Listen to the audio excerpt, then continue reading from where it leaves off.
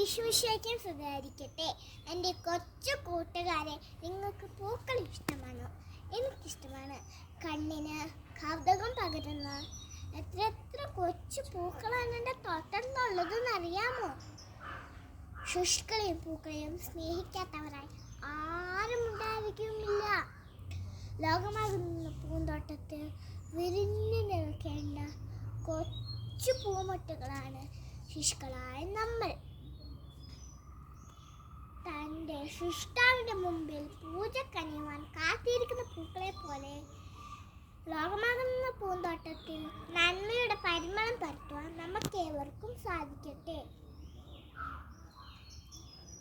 ശുഷ്കളെ എൻ്റെ അടുക്കൽ വരുവാൻ അനുവദിക്കുവേൻ, അവരെ തടയേണ്ട.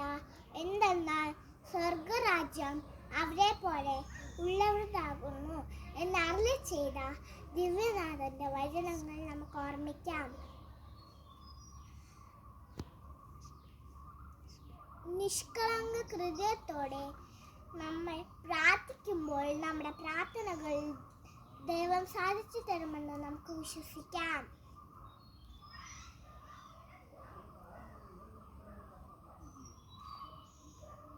എല്ലാവർക്കും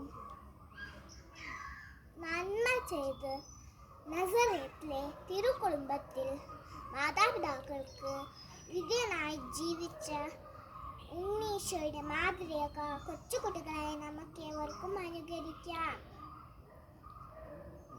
അങ്ങനെ നമ്മുടെ ഭവനത്തിൽ മാതാപിതാക്കൾക്കും സഹോദരങ്ങൾക്കും അധ്യാപകർക്കും കൂട്ടുകാർക്കും സ്നേഹിക്കാനും ആദരിക്കാനും നമുക്ക് പരിശ്രമിക്കാം. നമുക്കെല്ലാവർക്കും നന്മയുടെ പരിമളം പരത്തുന്ന കൊച്ചു പൂക്കളായി തീരാം എന്ന് ഇത്രയും പറഞ്ഞുകൊണ്ട് നിർത്തുന്നു. ജയ്